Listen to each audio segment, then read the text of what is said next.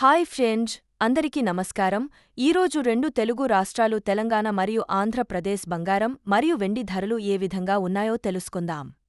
అంతకుముందు ఒక చిన్న రిక్వెస్ట్ మా ఛానల్ వీడియోస్ నచ్చితే లైక్స్ మరియు సబ్స్క్రైబ్ చేయండి ఫ్రెండ్స్. ఈరోజు బంగారం మరియు వెండి ధరలు.